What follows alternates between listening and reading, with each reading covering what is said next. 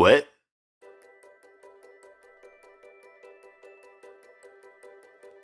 Ahojte deti, s tatinom sme si pripravili pre vás rôzne zápisníky, či to už, že ideme k moru, ideme do hôr a pripravujú sa aj ďalšie.